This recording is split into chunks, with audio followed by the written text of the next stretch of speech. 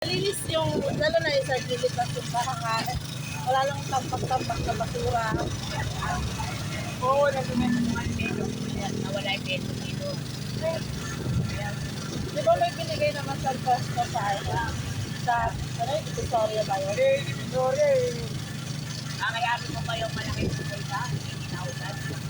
Oo, laki rin pala. Kaya ang kita mo lang kung like. Kaya karamihan sa mga pag-gaya.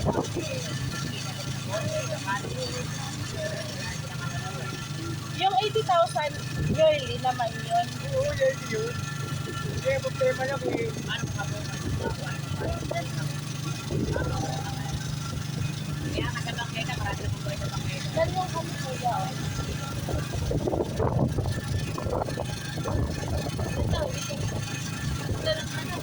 Yung iba rin naman kasi, kaya siguro siya dahil na busit eh. Tulad na lang ng, dapat nilalagay sa lugar ng basura. Hindi na rin kasi sila nakikisama. Diba?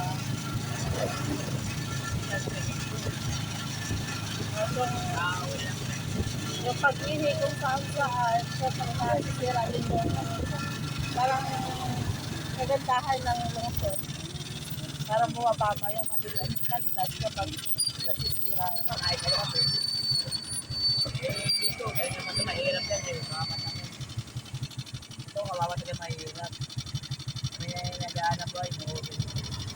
Lahat bawal ba? Alam mo, sakit na dati, Darby. Bawal na rin.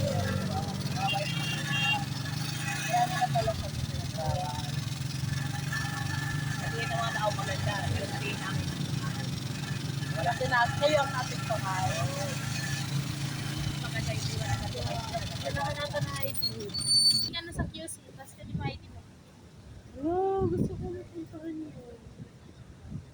Alin, yung clock? City Hall yan. Tama ba yung ano lang, inuha ko lang yung ano ni Kuya, simpatya. Bakit? Yung apektuhan daw ang mahihirap. Opinion. Opinion Oo niya. naman.